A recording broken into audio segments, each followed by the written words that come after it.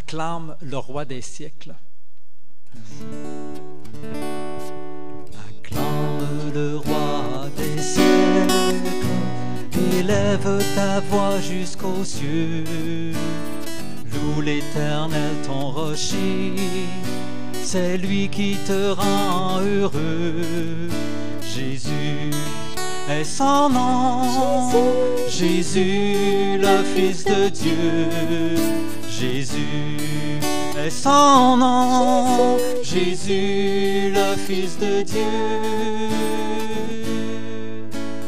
Il est venu pour toi aussi, afin que tu sois sauvé. Invoque-le aujourd'hui et tu te surprendras à louer le roi de gloire, venu pour te sauver, le Dieu d'amour, venu pour te racheter. Chante, chante le roi de gloire, chante, chante l'Éternel. Chante, chante le roi de gloire, loue-le de tout ton cœur. Jésus m'a pardonné alors que je vivais dans le péché. Jésus a changé mon cœur alors que j'étais pécheur. Le roi de gloire, venu pour te sauver, le Dieu d'amour, venu pour te racheter. Chante, chante le roi de gloire, chante, chante l'Éternel.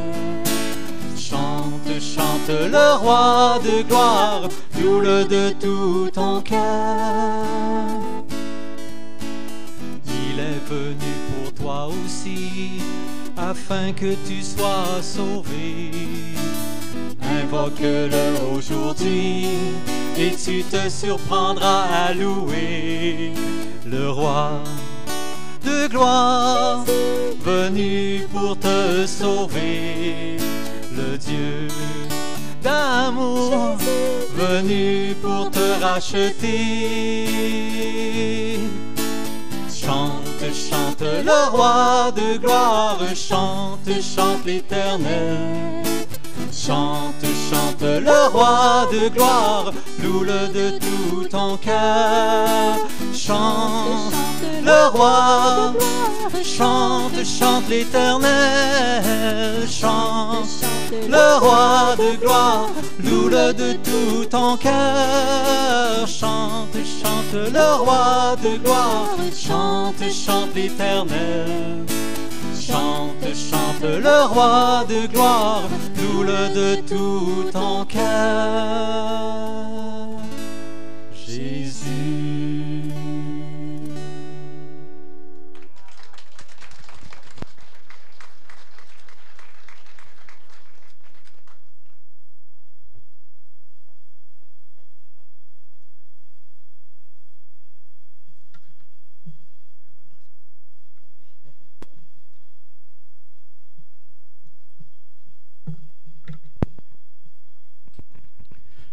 Mesdames et messieurs, en ce 13 septembre 2014, nous avons le plaisir de vous présenter notre conférencier, Denis Landlois.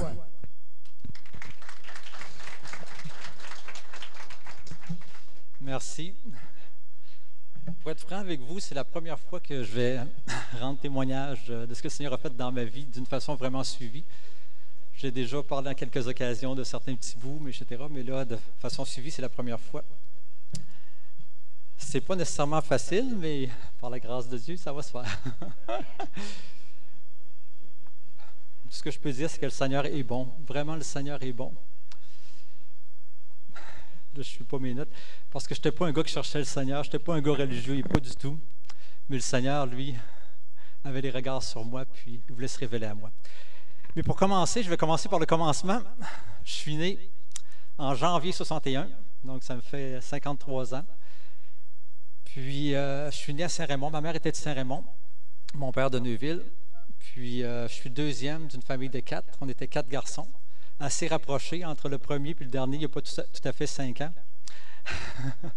Ça bougeait un peu à la maison. Mais on a eu bien du plaisir quand on était jeune, avec nos parents aussi. On avait des très bons parents, on ne peut pas dire le contraire. On était bien éduqués, on était préservés de bien des maux de la société, bien des choses, de la drogue, entre autres, et ces choses-là. Et très petit déjà, ma mère surtout nous enseignait un peu à prier avec ce qu'elle connaissait dans sa connaissance à elle. Et puis, c'est ça, nous montrer, entre autres, quand on commençait à aller à l'école, elle disait de demander au Saint-Esprit de nous éclairer dans nos examens. Je ne peux pas dire que vraiment de façon claire et nette que oui, il l'a fait, mais ça ressemblait beaucoup à ça souvent.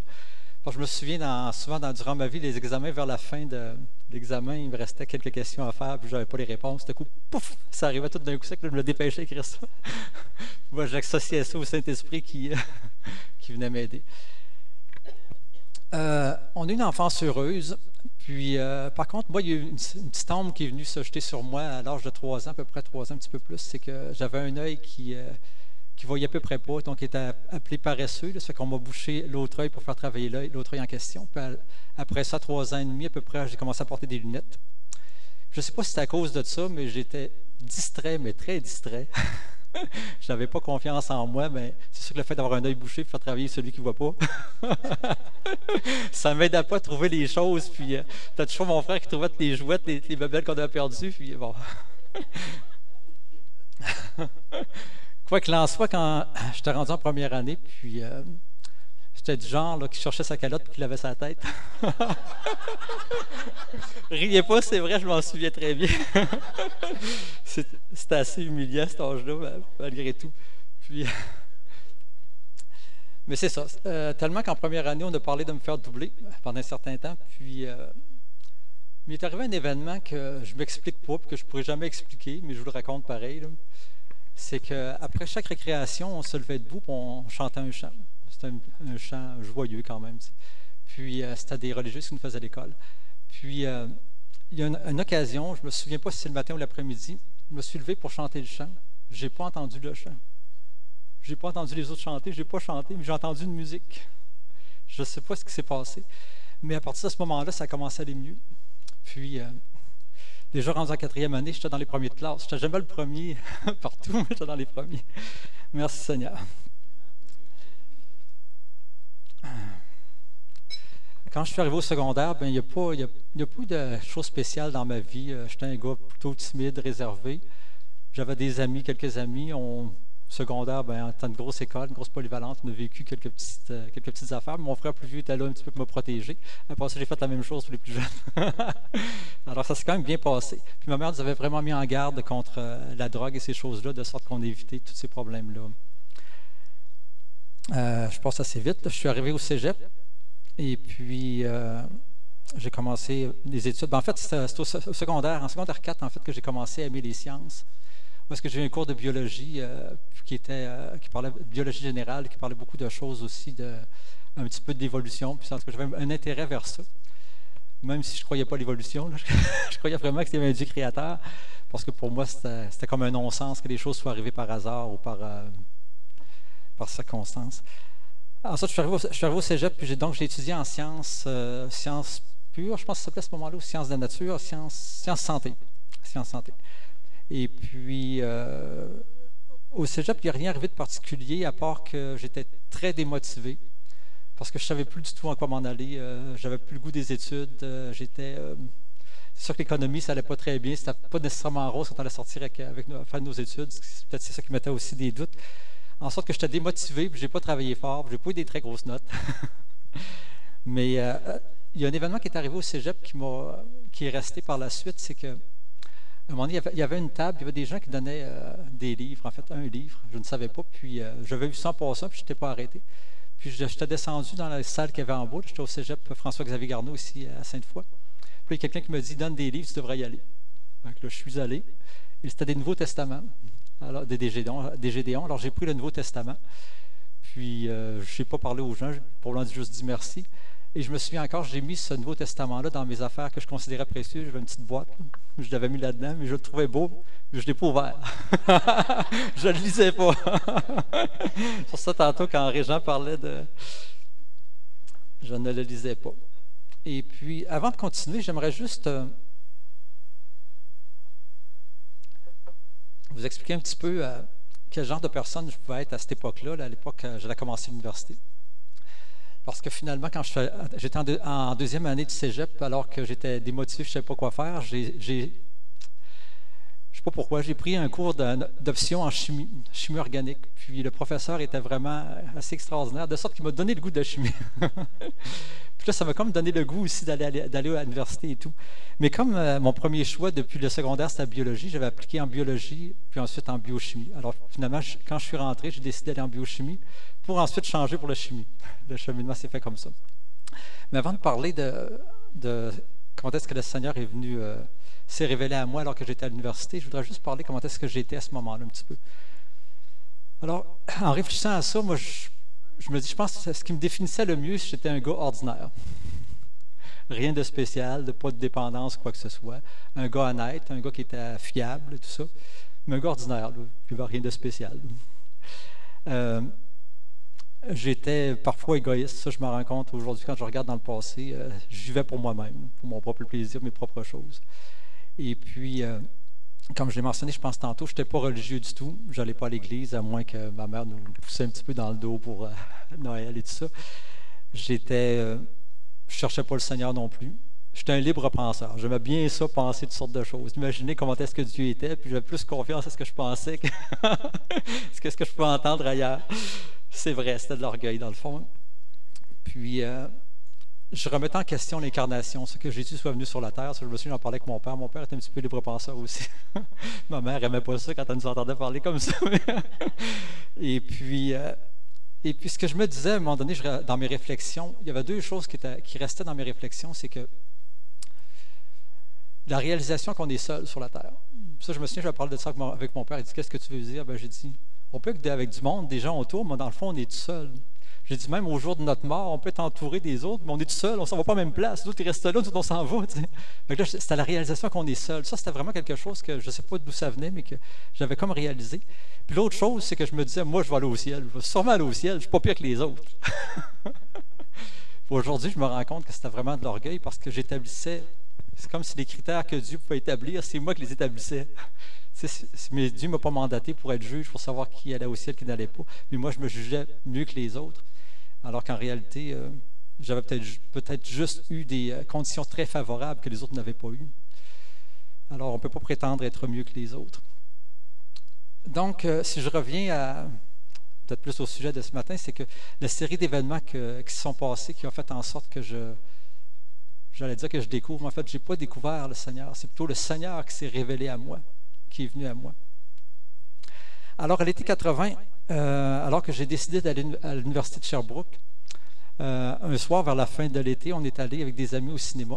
Et puis, je ne me souviens pas pour quelle raison, mais on avait chacun notre propre voiture. Puis, quand je suis revenu, on a décidé d'aller manger au McDonald's à l'ancienne Lorette. Tous les gens connaissent ça. Et puis, en descendant l'autoroute du Plessis, moi, j'avais un problème sur ma voiture qui est arrivé dans la soirée, c'est que l'alternateur ne fonctionnait pas bien. Dans ce temps-là, il y avait une aiguille qui montrait si l'alternateur fonctionne bien. Puis la batterie déchargeait, ce qui n'était pas normal. Mais quand j'accélérais, ça rechargeait. Fait que j'ai descendu l'autoroute du Plessis. J'ai dit, je vais lancer, si ça marche toujours. J'ai accéléré, j'ai doublé une police fantôme. Fait que je me suis fait arrêter. Puis là, j'ai dit ça au policier. Il m'a fait un petit sourire en voulant dire, je te crois pas. Mais ça me faisait réfléchir cette affaire-là parce que même si j'avais une bonne raison d'avoir accéléré, il reste que j'étais coupable pareil. Puis des fois, on va avoir des très bonnes raisons de ne pas obéir au Seigneur, mais on est coupable pareil. Alors, c'est ça, la loi, c'est la loi. Ça, c'était juste une anecdote en passant. Alors, on est allé au restaurant, au McDonald's ce soir-là, puis en entrant au restaurant, je vois quelqu'un que j'avais rencontré au cégep. Je le connaissais très peu, mais on avait jasé quelques occasions seulement. Puis je vais dire son nom, même si ce n'est pas ici ce matin, c'est Jean Thibault, il y en a qui le connaissent sûrement. Là. Puis, c'est ça, fait que là, je vais le voir, je lui dis, comment ça va, qu'est-ce que tu fais de bon cet automne? Il dit, je m'en vais à l'université de Sherbrooke, ben moi aussi. Il dit, moi je vais en autobus, ben j'ai un auto, embarque avec moi, tu sais. Fait que finalement, on est allés ensemble à l'université de Sherbrooke, puis Lui, il étudiait en mathématiques. Et puis, lui, il a rencontré une personne qui était en mathématiques aussi, mathématiques pures, puis qui c'était un chrétien. Là, Jean me dit ça qu'il y avait un chrétien qui lisait la Bible. Ouais, ça ne me disait pas grand-chose. T'sais. Moi, j'avais mon petit Nouveau Testament, là, mais je ne l'ai pas amené encore à l'université à cause de ça, mais au bout d'un certain temps, je l'avais amené à l'université. Puis, je l'ai rencontré finalement. On est devenu un ami, mais il ne m'a jamais parlé du Seigneur ou qu'il lisait la Bible ou tout ça. On était les trois ensemble souvent, puis on jasait, on s'amusait. Puis, mais c'est quand même un événement qui a probablement changé des choses. Probablement que cette personne s'appelle Alain, qui a prié pour moi, en tout cas, je suppose, puis pour Jean aussi. Mais un an plus tard, on était les trois ensemble en appartement. Finalement, Alain a quitté parce qu'il a quitté l'université, il a décidé d'aller faire autre chose, et puis là, j'étais seul avec Jean. Puis un soir, où est-ce que, ça c'était à l'automne 81, où Jean s'est mis à compter, je ne sais pas pourquoi, pas ce qui avait pris ça, c'est des gens qui avaient compté ça, toutes sortes d'histoires concernant le diable, des choses, des genres de manifestations qui avaient eu lieu. Puis, il a parlé de ça pendant un certain temps, puis il s'est passé quelque chose qui n'était pas normal, que je ne trouvais pas normal. Moi, dans ça, j'avais des cassettes 8 pistes, là, ceux qui connaissent ça, les jeunes ne connaissent pas ça. Là. Ça veut dire quelque chose? Là? Puis, c'est moi qui les avais enregistrés. Il y avait des chansons, je les connaissais par cœur. Et puis, il y avait quelque chose dans le temps, il me semble, qui manquait, quelque chose de normal. Puis, quand on a repris conscience, après qu'il ait parlé, on sentait une présence là, vraiment forte dans l'appartement, dans le logement, puis c'était comme pas rassurant. Puis, je me souviens, la première chose qui m'est venue à l'esprit, c'est d'aller prendre un verre d'eau. Et là, je suis parti d'aller dans la cuisine pour prendre un verre d'eau. Puis, en arrivant tout près de l'évier, à peu près à 3-4 pieds, j'ai comme senti comme une résistance. Là, je passais à travers. Puis aussitôt que j'ai mis la main sur le robinet, cette présence-là est disparue. Fait que là, j'ai pris mon verre d'eau, puis on a commencé à jaser, moi puis Jean, puis on était comme un peu troublés. On savait pas. Jean, il dit, souvent, j'ai parlé d'affaires de même, puis ça n'a jamais fait ça. T'sais. Il était surpris aussi. Puis là, on était les deux pareils. Puis là, finalement, le lendemain, Jean me dit, on devrait peut-être rencontrer un prêtre. Il parlait de ça. T'sais. Fait qu'on est allé voir un prêtre, à 20 ans à peu près. Là. Puis là, on expliquait ça au prêtre. Le prêtre a dit, mais avez-vous pris de la drogue? Non. Avez-vous pris de la bière? Ben, à peu près comme ça, là. Mais là, il dit, ça se peut. Il dit, je ne sais pas. Mais moi, ça ne m'a pas troublé, ça ne m'a pas empêché de faire mes études ou quoi que ce soit, mais c'est comme si en dedans de moi, il y a quelque chose qui restait, c'est que, pour moi, ça se résumait comme ça. Il existe un monde que je ne vois pas. Pour moi, c'était quelque chose qui restait en dedans de moi. Tellement que, sans que je planifie quoi que ce soit, quand je suis arrivé aux vacances des fêtes à Noël, j'ai passé toutes les vacances à fouiller dans des livres pour avoir des explications. C'est quand même assez spécial. Hein? Mon père avait toute la collection des sélections du Reader's Digest. Ça veut dire quelque chose. J'ai fouillé là-dedans les articles sur les phénomènes paranormaux, psychologie, en tout cas, toute la patente. Puis j'avais pris des notes. Puis là, je me souviens, après avoir fait ça, je me suis dit, j'ai trouvé des choses intéressantes. Je trouve ça vraiment intéressant, mais je n'ai pas trouvé réponse à mes questions. Ça restait comme ça. Comment ça va? Il y a un autre événement qui s'est passé quelques mois plus tard. Alors, j'étais seul un samedi soir, hein, je me souviens encore au logement. Puis, j'étais après étudier dans le salon, mais à la pénombre. Puis, à un moment donné, j'étais assis sur le fauteuil. À un moment donné, je me suis assis à terre. Puis, j'ai commencé à écrire ce qui était sur mon cœur. Puis, je ne me souviens pas de tout, mais il y a certaines phrases que j'ai écrites que je vais vous lire parce que ça reflétait un peu ce qui me tracassait peut-être intérieurement comme je disais tantôt, sans que ça m'empêche de vivre, je fonctionnais très bien. Là. Mais ça disait « assis dans le noir, à penser sans savoir, à chercher sans pouvoir, et pouvoir trouver quoi chercher. » Je ne savais pas quoi chercher. Comme je disais tantôt, un chercheur qui cherche, c'est bien, mais un chercheur qui trouve, c'est mieux. Mais moi, je ne savais même pas quoi chercher. Fait que ça allait pas bien. À l'été 82, il est arrivé un autre événement, c'est que j'ai travaillé au laboratoire, dans un laboratoire de chimie à l'Université de Sherbrooke, puis il y a eu un accident, j'ai reçu de l'acide dans un œil. Et puis là, je suis allé tout de suite me rincer l'œil, puis il y a quelqu'un du laboratoire qui est venu avec moi à l'infirmerie de l'université. Il nous a envoyé tout de suite dans une clinique. Dans la clinique, ils nous ont envoyé direct à l'hôpital. Et puis là, ils m'ont mis une espèce de gros verre de contact, puis ils passaient une solution dans mon œil qu'ils ont rincé pendant 1 heure ou quelque chose comme ça. Et puis quand je suis sorti de là, bien, la personne qui m'accompagnait était toujours avec moi. Puis j'avais l'œil bandé. J'ai vu le médecin. Le médecin, il m'a donné une prescription de 4 sortes d'affaires à mettre dans l'œil, ou à peu près, 4 sortes de gouttes. Puis il ne m'a pas dit du tout si ça allait guérir, si ça allait revenir. Je ne sais pas s'il ne savait pas. Moi, je n'ai pas vraiment posé de questions. Puis la personne qui m'accompagnait, il fallait qu'il m'accompagne parce que si j'ouvrais l'autre œil, vu qu'il bouge, l'autre bougeait aussi, c'était pas endurable, ça chauffait énormément. Et quand je suis arrivé chez moi, j'ai levé le bandage, je regarde dans le miroir, puis c'était pas beau à voir. C'était rouge, c'était enflé, c'était comme nuageux. Puis là, j'ai refermé le bandage, j'ai dit, Seigneur, si tu existes, là, c'est le temps de faire quelque chose. Puis, je ne sais pas s'il est arrivé quelque chose de miraculeux ou non, mais 7-8 jours après, je savais que ça allait revenir, ça reviendrait parfaitement, puis c'est revenu parfaitement, aucune séquelle, absolument rien. Et c'était un mélange d'acides, on cherchait les plus corrosifs pour un certain produit qui était difficile à digérer, là. On appelle ça comme ça. Alors, j'avais l'optimum, là.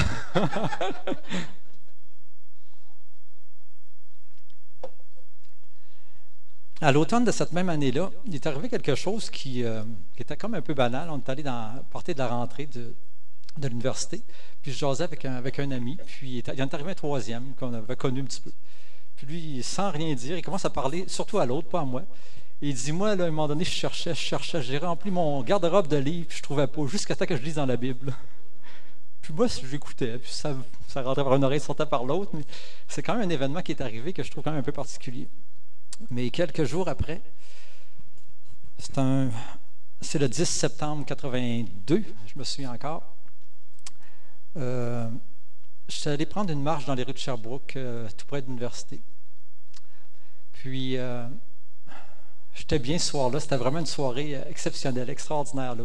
Pas de vent comme j'aime, là. Beau soleil, il faisait pas froid, il faisait pas chaud, pas humide, excellent. Je me promenais dans les rues de Sherbrooke, puis je regardais la nature, puis je chantais des chansons. J'étais à mon meilleur. J'étais bien, non, c'est vrai, j'étais bien. Mais là, il est arrivé quelque chose de bien particulier que, encore une fois, je ne peux pas expliquer. C'est comme si quelqu'un était arrivé avec une grosse seringue là, remplie de joie, poussait ça dans mon cœur. Là, ça débordait, mais avec une seule idée dans la tête, d'aller lire dans le Nouveau Testament, que j'avais finalement amené à l'université. Je me souviens pas si j'avais commencé à le lire à cette époque-là, à l'occasion, mais ça se peut. Mais en tout cas, là, j'ai décidé d'y aller.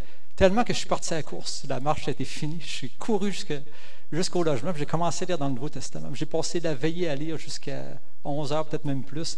À un moment donné, j'ai ouvert la télévision, pas pour regarder des films, quoi que ce soit. Je cherchais un poste qui parlait du Seigneur. C'est quand même assez particulier. Puis je l'ai trouvé un. J'ai écouté pendant quelques minutes, j'ai refermé ça, j'ai continué à lire. Et je me suis couché ce soir-là, puis j'ai eu l'impression, quand je me suis réveillé le lendemain matin, que j'avais parlé au Seigneur toute la nuit. C'est comme s'il était présent, c'est comme s'il était là. Puis le lendemain matin, j'ai repris le Nouveau Testament des Gédéons. Puis là, j'ai regardé à la fin. Là, j'ai découvert qu'est-ce qu'il y avait à la fin, qu'on nous explique comment accepter le Seigneur. Et j'ai lu ce qui était là. J'avoue que je ne comprenais pas beaucoup ce que je lisais. Puis là, ça disait que si vous êtes prêt à accepter le Seigneur, de signer. J'ai signé ça. Et ce que je me souviens un peu, c'est que ça disait, entre autres, comme dans Romains 3:23, tous ont péché, sont privés de la gloire de Dieu.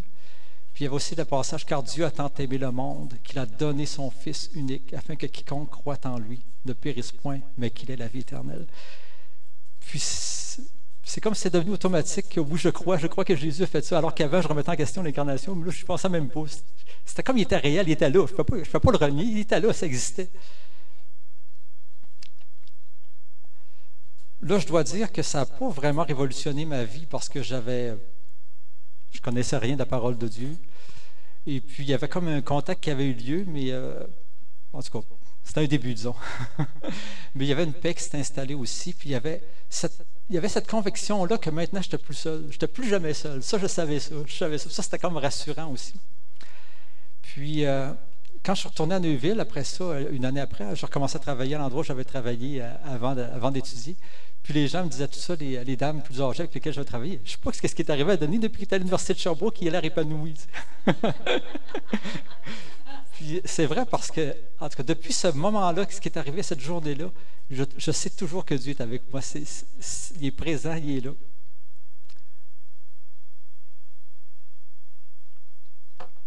Maintenant, je vais vous parler un petit peu de certaines choses que le Seigneur a faites. 23 décembre de l'année 83, j'ai rencontré Suzanne. Elle est rendue où? Ça a été une bénédiction, mais je dois dire que, en tout cas, probablement parce que peut-être pas assez mature, encore des voix du monde, pas mal. En tout cas, ça marchait, puis ça marchait pas nécessairement bien, pas nécessairement mal. Ou des fois, on se laissait, on revenait. En tout cas, c'était à temps partiel, peut-être. On restait ensemble, on sortait ensemble de 3-4 mois, on se laissait quelques mois, on recommençait. En tout cas. Et au printemps 85, est arrivé un événement assez particulier aussi, c'est que le fameux Jean que j'avais rencontré au McDonald's, qui était à l'université avec moi, que j'avais perdu de vue parce que lui avait commencé à suivre le système coopératif, il m'appelle chez nous. Là, il commence à me parler un petit peu, puis là, il me dit où est-ce qu'il a fait son stage. J'ai rencontré quelqu'un, puis il a parlé du Seigneur. Donc là, moi, je trouvais ça intéressant encore plus. Puis là, il dit je vais aller m'acheter une Bible. Je dis t'es pas sérieux? Ça fait longtemps que je veux en avoir une. Puis c'est vrai que je voulais avoir une Bible, j'avais juste un Nouveau Testament. Fait que là, finalement, j'ai dit t'es sûr que c'est des bonnes Bibles? Parce qu'on entendait parler qu'il y avait des versions qui n'étaient peut-être pas bonnes, etc. Finalement, on est allés le lendemain ensemble. Je dis moi, je vais avec toi, c'est sûr. On est allés s'acheter une Bible ensemble. Puis là, on était comme des enfants. Là. Dans l'auto, je disais à ça, je regardais pour ça. J'ai dit, tu sais qu'est-ce qui est écrit là? On était fous. En tout cas, c'était la découverte, c'était vraiment exceptionnel. Mais là, ça faisait presque 2 ans que j'avais fini mon bac. Je n'avais pas de travail encore dans mon domaine. C'est sûr qu'en 83, quand j'ai terminé, c'était la première année depuis 20 ans ou plus qu'il n'y avait aucune compagnie qui était venue à l'université pour recruter des nouveaux définissants à cause que l'économie, ça n'allait pas bien. Tous ceux qui avaient annoncé qu'ils viendraient avaient cancellé finalement. Puis, j'avais envoyé beaucoup de CV, j'avais rencontré beaucoup de personnes. Il y en a qui étaient intéressés, mais bon, l'économie, ça ne fonctionnait pas, etc. Alors là, j'étais rendu. Puis le lendemain après qu'on a acheté la Bible, le lendemain matin, je me suis levé. Puis, j'ai pris la Bible. J'ai dit, Seigneur, là, j'ai dit, il me semble que ma vie, ça va tout croche. J'ai dit, là, c'est moi qui l'amenais jusqu'à maintenant. J'ai dit, maintenant, qu'est-ce que tu veux que je fasse? Il n'y a personne qui m'a enseigné. C'est vraiment le Seigneur qui a conduit ça, dans le fond, c'est vrai. Qu'est-ce que tu veux que je fasse? Puis là j'avoue que ça a révolutionné des choses. Ça a été assez spécial. La première chose que j'ai remarqué, c'est que le soir, quand je me couchais auparavant, j'avais beaucoup de pensées qui étaient plutôt charnelles, puis j'imaginais beaucoup des choses sur mon futur. Je bossais mon futur moi-même. Puis là, tout ça coupé complètement, pas sans aucun effort. C'est que le soir, quand je me couchais, c'était la présence de Dieu. Je priais le Seigneur, j'étais dans la présence de Jésus, puis c'était tellement bon. Quand Jésus disait, venez à moi, vous tous qui avez soif, là, c'est comme si je buvais, puis la joie qui était dans mon cœur, puis la paix, c'était tellement extraordinaire. C'était vraiment un moment béni, ça a duré pendant quelques années, tout cela. Là. Puis, à ce moment-là, j'ai commencé vraiment, là, je pourrais dire, à dévorer la Bible. Je passais mon temps dans la Bible. Les temps libres que j'avais, je passais ça dans la Bible. Je rentrais le soir, c'était dans la Bible, dans la prière et tout ça. Je ne connaissais pas d'église encore, ni rien. C'est quelques temps après que Jean m'a parlé d'une église, qu'on a joint une église. Puis, c'est sûr que c'était poussé pas mal, mon affaire. Là. À cette époque-là, Suzanne est venue au Seigneur aussi. Puis, là, on a décidé de se laisser. Parce qu'on voulait faire la volonté de Dieu, on voulait chercher sa face et tout ça, puis arranger nos vies. Et puis, c'est ce que le Seigneur a fait. Alors là, on s'est mis à rencontrer des chrétiens, aller à l'église, puis j'ai commencé à témoigner aussi beaucoup du Seigneur, au travail où j'allais aussi, puis il y a des gens qui sont venus au Seigneur. C'était vraiment un bon temps aussi. Puis, à travers cela, le Seigneur m'a amené à corriger certaines choses de mon passé. C'est des choses que je considérais que c'était pas grave. Là. Comme entre autres, j'avais un livre du secondaire, qui datait de secondaire 4, un livre d'histoire qu'il fallait remettre à la fin de l'année, mais probablement que j'avais oublié de l'amener, mais je ne l'ai pas amené du secondaire 5, je ne l'ai pas ramené, le fameux livre. Mais là, le Seigneur me montrait aller porter le livre. Alors j'ai pris 1h30, je ne sais pas combien de temps, j'allais porter le livre en voiture au secondaire, à l'école secondaire, et puis je suis revenu. J'avais quelques stylos du travail où j'allais avant, ça me fatiguait, j'allais porter des stylos. Je voulais vraiment que tout soit en ordre. Le Seigneur me montrait les choses, même les petits détails, que tout soit en ordre.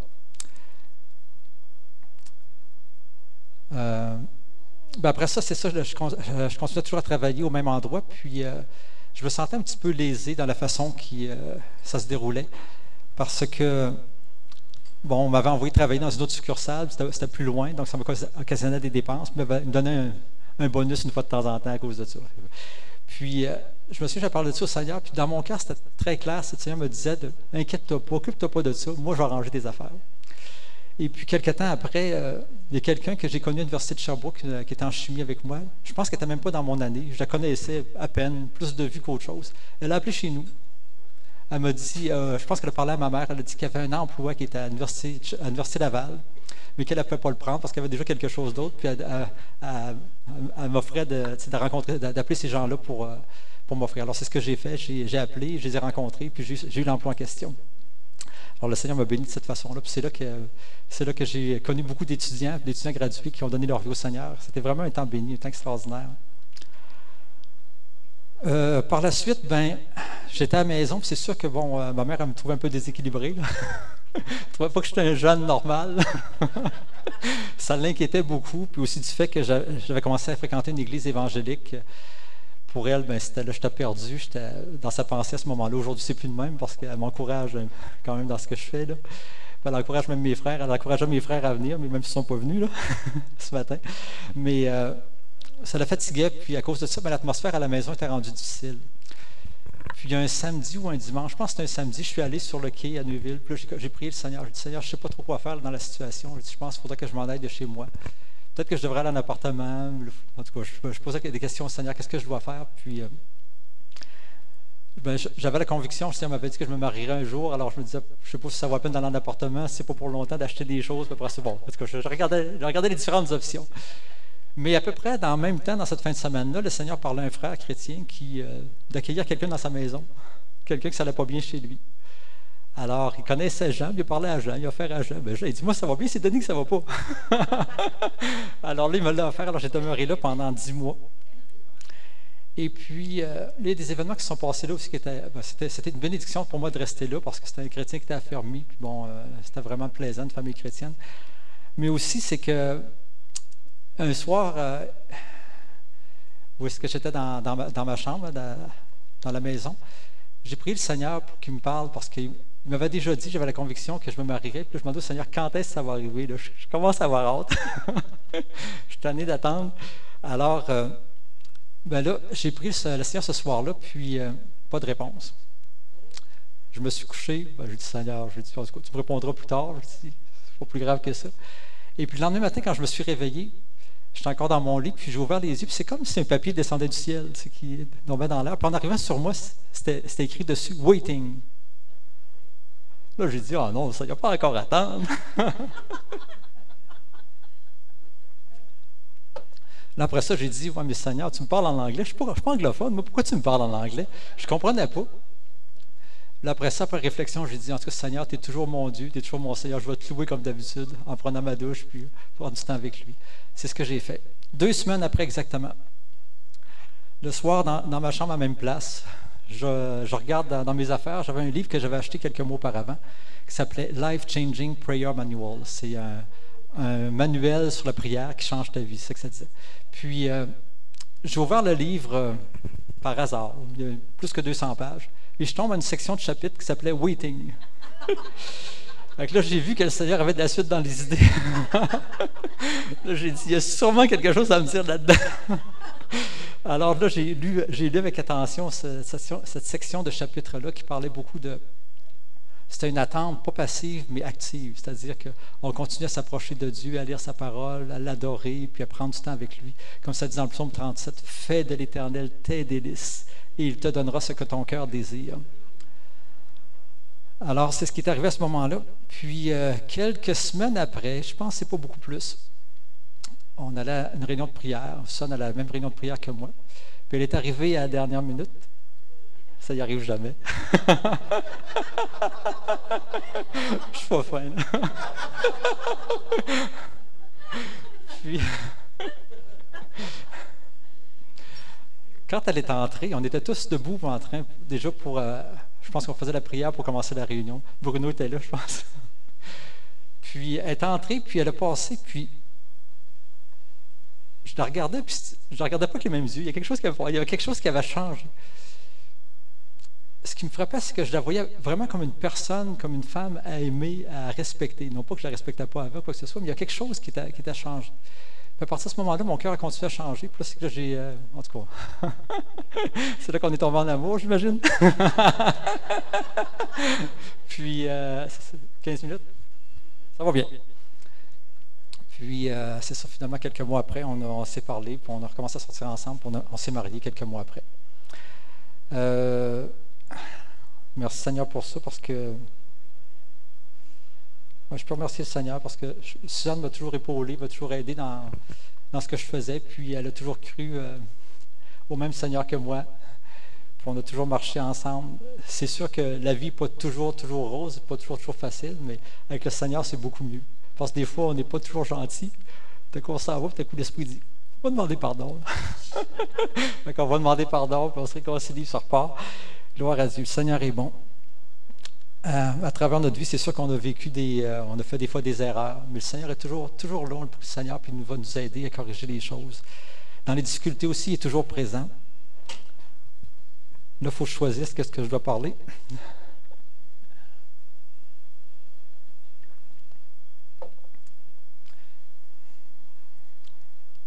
Je vais parler de Luc pour commencer. Parce que ça faisait 2 ans qu'on était mariés, puis on n'a pas parlé d'avoir d'enfants encore nécessairement, quoi que ce soit. On était bien, là. On n'était peut-être pas pressés, je ne sais pas. Puis, il y a une nuit que, durant mon sommeil, le Seigneur m'a parlé. Il m'a dit, tu vas avoir un fils, tu vas l'appeler Luc. Je dis, merci Seigneur. J'étais vraiment convaincu que le Seigneur m'avait parlé. Et j'ai demandé le lendemain un signe au Seigneur pour me confirmer ça. J'ai dit, Seigneur, je vais demander à Suzanne, je vais lui dire ça, que tu m'as dit qu'on aurait un fils. Je vais demander à Suzanne quel nom que le Seigneur m'a dit qu'on lui donnerait. On n'avait jamais parlé avant d'avoir des enfants, nécessairement, pas beaucoup. En tout cas, on n'a jamais parlé de nom, ça c'est sûr. Puis, alors j'ai dit ça à Suzanne. Je me souviens encore, on était dans la salle de bain tous les deux. Puis, je lui explique ça. Elle dit, peux-tu avoir un indice? Ben, je lui dis, je ne sais pas, là. Elle dit, c'est-tu un nom qui est dans la Bible? Je lui dis oui. Elle dit, c'est Luc. J'ai dit, c'est en plein ça. Là, j'étais surpris un peu. C'était pas nécessairement un nom qu'on aimait. Là. Quand le Seigneur a dit ça, ben, c'était correct. Bon. C'est quand même la réalité, là. Puis, là, le lendemain, quelques jours après, je suis je n'ai jamais connu de Luc. J'aimerais s'en connaître un. Quelques jours après, ou une semaine après, un nouveau qui rentre à l'université, il s'appelait Luc. Un gars bien correct, bien calme. Là, je trouve ça bien le fun. Plus tard, il est arrivé, durant que Suzanne était enceinte, il est arrivé une petite difficulté, en tout cas. C'est que vers la fin, près d'accouchement, le bébé ne se présentait pas de la bonne façon. Il appelle ça un festif, c'est ça? Il n'était pas dans le bon sens. Un siège. Alors, là, c'est ça, les médecins parlaient de faire ce qu'ils appelaient une inversion, c'est de le tourner de bord. Il y avait certains risques pour le bébé, tout ça, parce qu'à cause du cordon ombilical, il va se prendre dedans, toutes sortes de choses. Puis là, les parents, Suzanne, nous ont invités chez eux pour passer une couple de jours. Ça a été très apprécié, c'était vraiment gentil de leur part. D'ailleurs, ils ont toujours été gentils avec nous autres. Merci Seigneur. Puis, je me souviens, le matin d'intervention, Suzanne est allée sur le piano, elle jouait un petit peu de piano, puis je ne sais pas si elle avait lu le psaume 46, c'est ça, quand ça dit « Dieu est pour nous un refuge, un secours qui ne manque jamais dans la détresse ». Quand elle a lu ça, moi, je sentais tellement la présence de Dieu. Je me disais, Seigneur, il nous accompagne encore là-dedans. Puis, à chaque fois qu'il y a eu quelque chose, pour Élisa, c'était le décollement placentaire, on était censé perdre le bébé, mais le Seigneur nous a toujours accompagnés, puis Élisa est là. C'est vrai, mes 3 enfants sont là, Luc, Élisa et puis Catherine.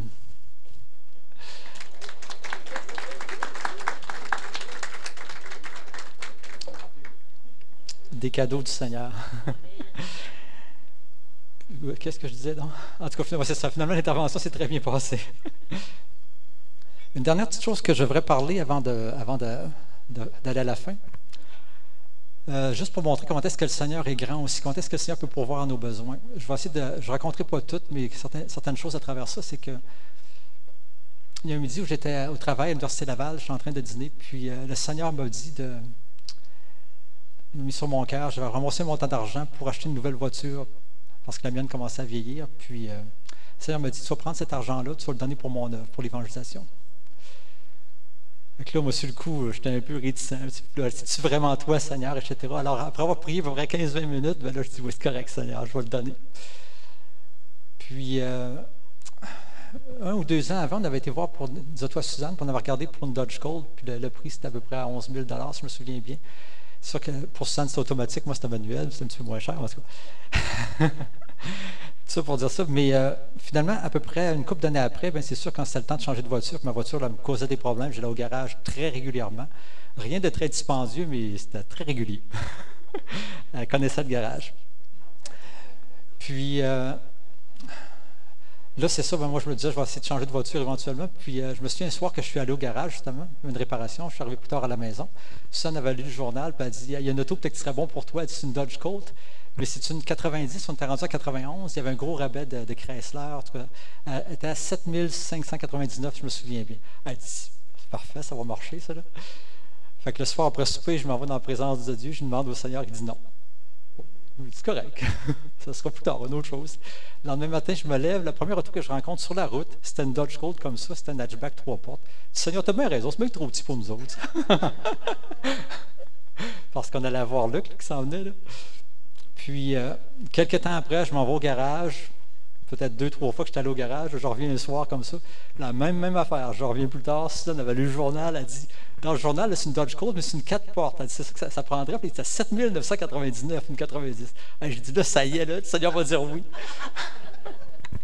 Je vais dans la présence de Dieu le soir, après souper. Le Seigneur me dit non. Mais là, c'était pas non. C'était pas non, mais c'était non. Occupe-toi pas de ça, je m'en occupe. C'était plus dans ce sens-là. Mais pour moi, j'étais comme resté sur non. Donc là, j'étais comme déçu. Tu sais, j'étais un peu triste. Là, pas celui du Seigneur, en tout cas, c'est tes affaires, là. J'ai décidé de prendre du temps avec le Seigneur ce soir-là, comme d'habitude. Puis là, c'était tellement un temps extraordinaire. Le Seigneur m'a donné un chant ce soir-là. Je me suis couché, j'étais dans la présence de Dieu. C'était tellement extraordinaire, j'avais hâte le lendemain matin de me lever pour aller prier. Tu sais, c'était vraiment comme ça. Le lendemain matin, j'arrive pour prier. La première chose, ça me dit, tu vas aller pour l'auto. Là, j'ai dit, Seigneur, ça ne marche pas. Non, là, tu vas aller pour l'auto. Là, je ne comprenais pas. J'ai résisté toute la journée, jusqu'à la fin de l'après-midi. Je regarde dans l'annuaire téléphonique, finalement, je dis, Seigneur, c'est correct, je vais regarder, je vais trouver un concessionnaire le plus proche, je vais aller voir. Tu sais. Je regarde, puis c'est le concessionnaire sur du Vallon, en tout cas dans ce coin-là. Puis j'appelle, puis là, je demande aux personnes s'il restait un modèle 90, selon ce qu'il y avait dans le journal. Puis ils disent, oui, pas de problème. Donc là, je dis, je vais y aller après avoir travaillé, à peu près 3/4 d'heure après, j'étais rendu là. Je rencontre le vendeur, il me dit, bien, durant que tu t'en venais, il était vendu. Mais il dit, c'est pas grave, il dit, on peut regarder, il y en a dans les autres, il y en a peut-être encore chez d'autres concessionnaires.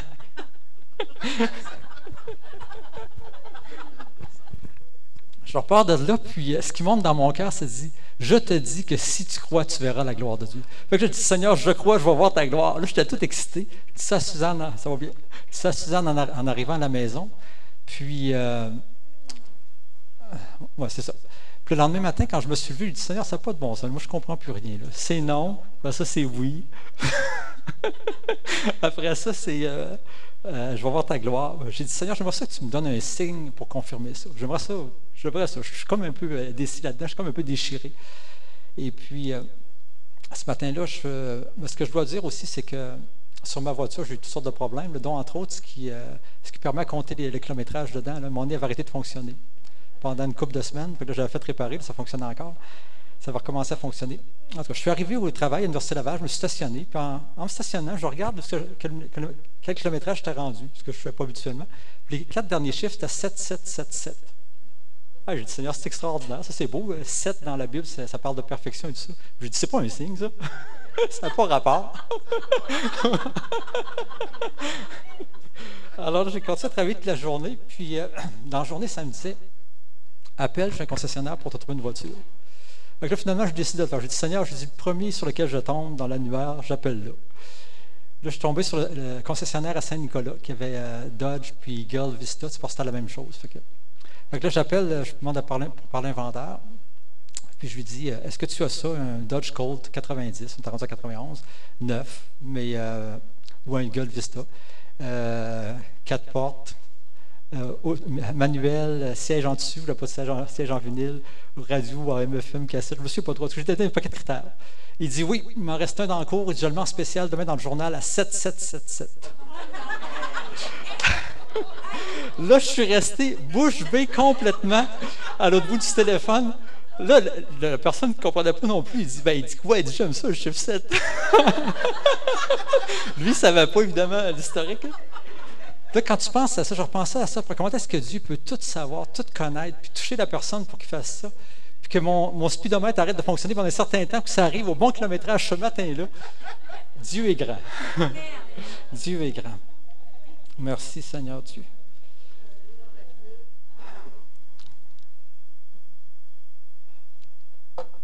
Alors, je vais terminer là pour ce matin.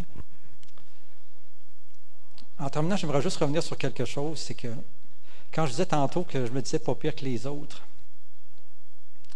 c'est parce que je regardais les choses avec mes propres standards, ma propre façon de voir les choses. Ce n'était pas la façon de Dieu. C'est Dieu qui le juge, pas nous autres. Puis en fait, quand je réfléchissais à ça aujourd'hui, dans le fond, ce que je me dis, c'est que je n'étais probablement pas mieux que les autres. J'avais été né dans un milieu défavorisé, un milieu difficile, été en contact des amis qui étaient dans la drogue, quoi que ce soit. Peut-être que j'aurais mal viré, je serais peut-être devenu un voleur, un bandit, je ne sais pas. Hein. Dans le fond, personne ne peut prétendre qu'il est mieux que les autres. On est tous égaux devant le Seigneur. Dans Romains 3, 23, ça dit « Car tous ont péché. Celui qui a peu péché a péché pareil. Celui qui a beaucoup péché a péché pareil. On a tous péché. » Puis à cause de ça, on est privé de la gloire de Dieu. On est privé de sa présence. Comme j'étais avant, je me sentais seul. Puis après venir au Seigneur, je me sens plus seul. Parce que le Seigneur est là. Donc, on a tous besoin de pardon. On a tous besoin d'un sauveur qui nous accueille. Puis ce sauveur-là, c'est le Seigneur Jésus-Christ. Comme on a chanté au début, le Fils de Dieu, Jésus est son nom. C'est Dieu lui-même qui est venu sur la terre pour nous racheter. Fallait-tu qu'il nous aime? Il nous a tant aimés. C'est dit, Dieu a tant aimé le monde qu'il a donné son Fils unique, afin que quiconque, on est tous des quiconques, croit en lui ne périsse point. Alors j'aimerais qu'on prenne un petit temps pour donner l'occasion à ceux qui n'ont peut-être pas donné leur vie au Seigneur encore de le faire ce matin. Alors j'aimerais ça qu'on ferme tous nos yeux présentement. Serge va nous faire une petite musique de fond.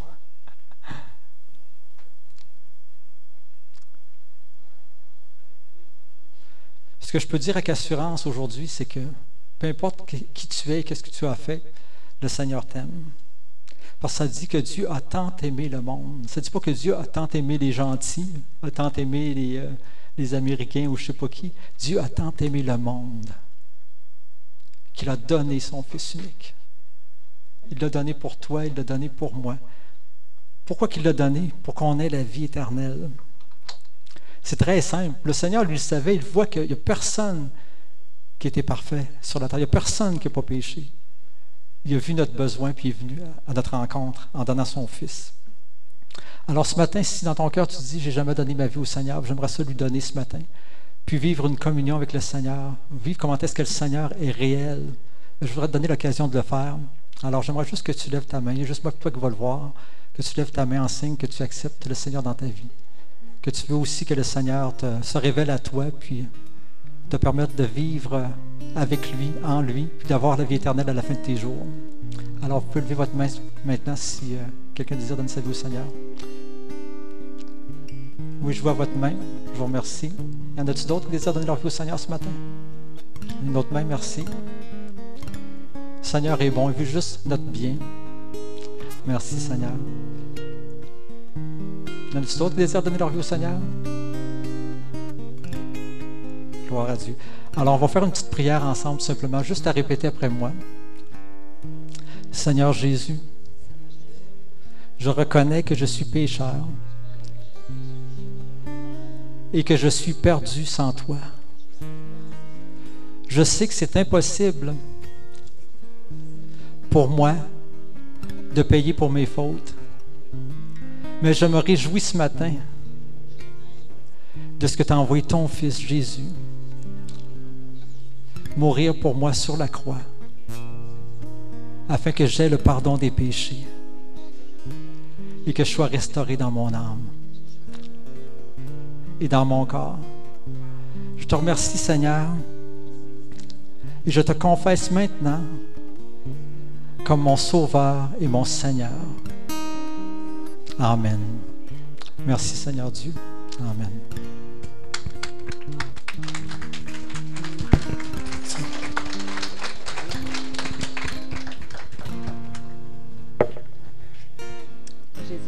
On va avoir un chant. Je ne sais pas où mettre le micro, je mets ici trop proche, on est trop loin. On va avoir un chant, Jésus, Fils de Dieu. Écoutez bien ça, les chants. Et puis, tous ceux qui veulent avoir une prière spéciale pour vous autres, personnelle, le conférencier va être l'autre bord avec son épouse. Il va prier pour vous autres.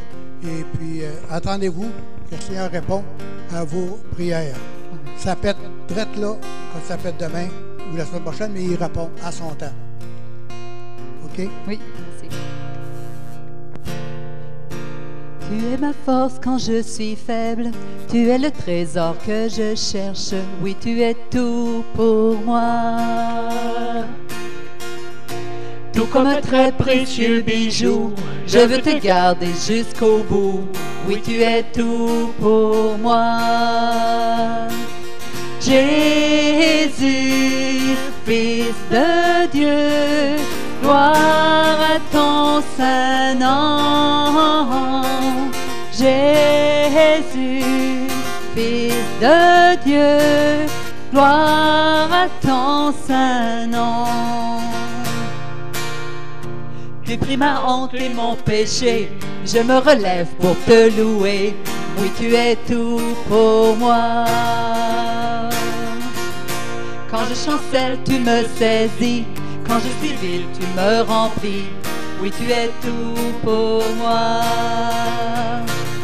Jésus, Fils de Dieu, gloire à ton saint nom. Jésus, Fils de Dieu, gloire à ton saint nom. Je prie ma honte, tu es ma force quand je suis faible. Tu es mon trésor Que je cherche, oui tu es tout pour moi. Tout comme un très précieux bijou, je veux te garder jusqu'au bout. Oui tu es tout pour moi. Jésus, Fils de Dieu, gloire à ton saint nom. Jésus, Fils de Dieu, gloire à ton saint nom. Tu pris ma honte et mon péché, je me relève pour te louer. Oui, tu es tout pour moi. Quand je chancelle, tu me saisis. Quand je suis vide, tu me remplis. Oui, tu es tout pour moi. Jésus, Fils de Dieu, gloire à ton saint nom. Jésus, Fils de Dieu, gloire à ton saint nom. Gloire à ton saint nom. Gloire à ton saint nom.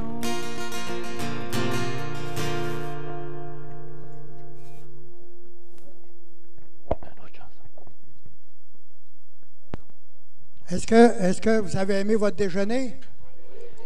Est-ce que vous avez aimé le témoignage? Amen. Est-ce que j'avais l'intention de revenir? Bienvenue. Maintenant, les musiciens vont continuer à faire quelques chants. Et si vous voulez vous mettre en ligne, pour ceux qui qu'on prie pour vous, soyez très à l'aise. C'est gratuit. Et le pire qui peut vous arriver, que vous soyez exaucés. Pour ceux qui doivent quitter, ben, je vous remercie d'être venus, puis on se dit à la prochaine. Et puis je vais demander à notre vice-président, Claude Archambault, de venir prier pour le retour à la maison.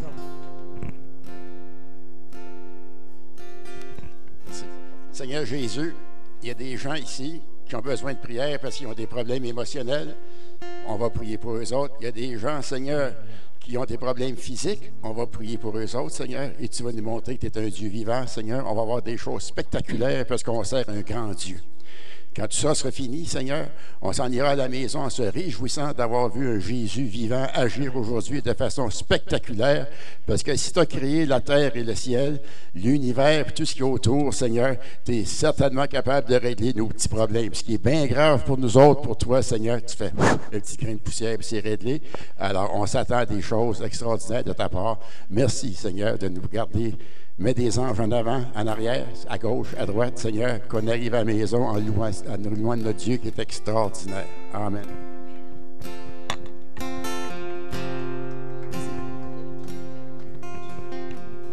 Dans son amour, Dieu le Père envoya son Fils Jésus pour accorder la lumière à tous ceux qui sont perdus.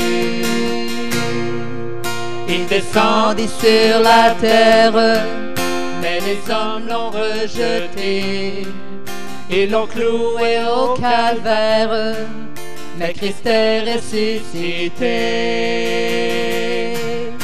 Christ est roi, Christ est roi. il est le roi, Christ est roi, il est le roi des rois. Christ est roi, Christ est roi, il est le roi, Christ est roi, il est le roi des rois. Les croyants de tous les âges portent son nom sur leur cœur. Dans l'épreuve, ils gardent courage, car leur Dieu est un sauveur. Ils vont par toute la terre annoncer le Fils béni, fiers de porter leur bannière sur laquelle il est écrit: Christ est roi, Christ est roi. il est le roi, Christ est roi. il est le roi des rois. Christ est roi, Christ est roi, Christ est roi, il est le roi des rois. Un jour les chrétiens du monde seront rassemblés par lui. Ils sortiront de leur tombe, car en lui ils ont la vie. Ils formeront un royaume, la terre sera leur pays.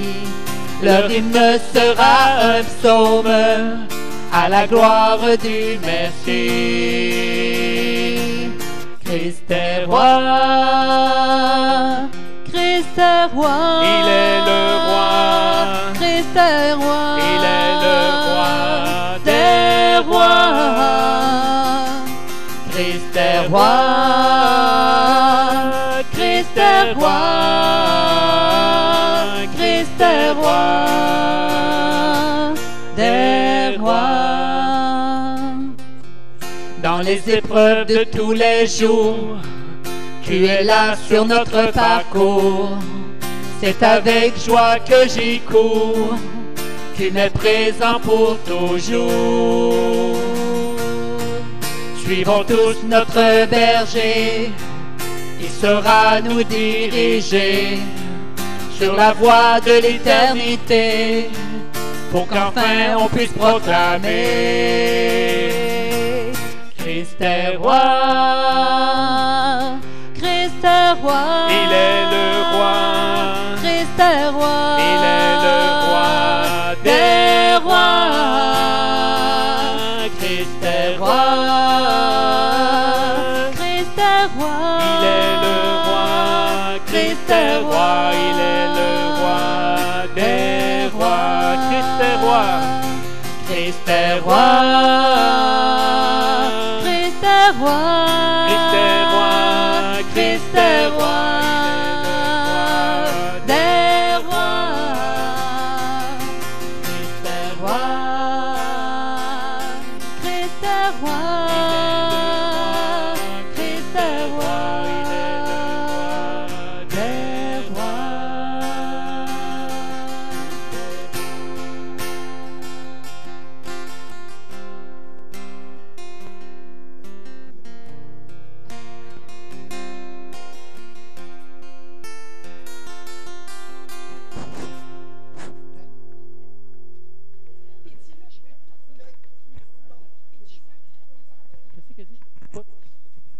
Un dernier mot, mesdames et messieurs. Il faut que le restaurant soit libre pour midi moins quart. À quelle heure que j'ai